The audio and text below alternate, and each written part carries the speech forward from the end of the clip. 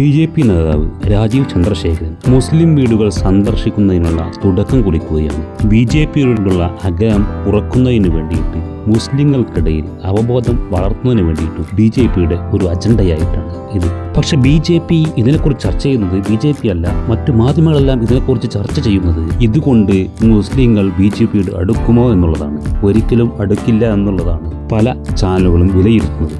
എന്നാൽ BJPയുടെ അജണ്ട ഒരിക്കലും നാളെ മുസ്ലിം വോട്ട് BJPക്ക് കിട്ടുക എന്നുള്ളതല്ല, മറിച്ച് ഇങ്ങനെയുള്ള അടുത്തിടപഴകുന്ന സാഹചര്യങ്ങൾ ഉണ്ടാവുമ്പോൾ BJPയോടുള്ള തൊട്ടുകൂടായ്മ മുസ്ലിങ്ങളിലും മുസ്ലിം ഇതര മതവിഭാഗങ്ങളിലും കുറയും എന്നുള്ളതാണ്. പണ്ടുകാലങ്ങളിൽ BJP എന്ന് പറയുന്നത് തന്നെ ഒരു മോശം കാര്യമായിരുന്നു പലർക്കും. അതുകൊണ്ട് തന്നെ രഹസ്യമായി BJPക്ക് വോട്ട് ചെയ്യുന്നവരും ഒരിക്കലും BJP അനുകൂലിച്ചുകൊണ്ട് സംസാരിക്കുകയില്ല. ഇതെല്ലാം BJPക്ക് മാറ്റിയെടുക്കുവാൻ സാധിച്ചിട്ടുള്ളത് ഇങ്ങനെയുള്ള സമ്പർക്കങ്ങളിലൂടെയാണ്. ഒരിക്കലും പെട്ടെന്നുള്ള ഒരു റിസൾട്ട് അല്ല BJP ഇതുകൊണ്ട് ഉദ്ദേശിക്കുന്നത്. മുസ്ലിം വീടുകളിൽ മുമ്പെല്ലാം സന്ദർശനം നടത്തുമ്പോൾ BJP പ്രവർത്തകർക്ക് കിട്ടിയിരുന്നത് ഒരു പുച്ഛമായ ഭാവമായിരുന്നു, ഒരു പുച്ഛമായ ചിരിയും. പക്ഷേ നിരന്തരം മുസ്ലിം വീടുകളിലും ക്രിസ്ത്യൻ വീടുകളിലും ഇവർ കയറിയിറങ്ങുമ്പോൾ ഈ സമൂഹത്തിൽ ഇവർ മാറ്റി നിർത്തേണ്ടവരല്ല, നമ്മളെപ്പോലെയുള്ള മനുഷ്യരാണ് എന്ന തോന്നലുണ്ടാക്കുക എന്നുള്ളതാണ് BJPയുടെ ലക്ഷ്യം. അതല്ലാതെ ചാനലുകൾ ചർച്ച ചെയ്യുന്നത് പോലെ നാളെ തന്നെ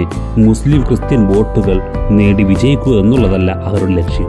ഒരു സാമൂഹികമായിട്ടുള്ള മാറ്റം മെല്ലെ മെല്ലെ മനുഷ്യരുടെ മനസ്സുകളിലൂടെ കടന്നു കയറിക്കൊണ്ടുള്ള ചെറിയ ചെറിയ മാറ്റങ്ങൾ മാത്രം മതി BJPക്ക് നമ്മുടെ നാട്ടിലെ പല പരിപാടികളിലും അവരെ കൂടി ക്ഷണിക്കണമെന്നുള്ള ബോധം മനുഷ്യർക്കിടയിൽ ഉണ്ടാക്കിയെടുക്കുവാൻ. വെറും വർഗീയതയും അന്യമത വിദ്വേഷവും മാത്രമാണ് ഇവരുടെ മുഖമുദ്ര എന്നതുകൊണ്ട് തന്നെ പലരും ഇവരെ നാട്ടിലുള്ള പല പൗരപ്രമുഖ പരിപാടികളിൽ നിന്ന് മാറ്റി നിർത്തുന്ന ഒരു പരിപാടിയുണ്ട്.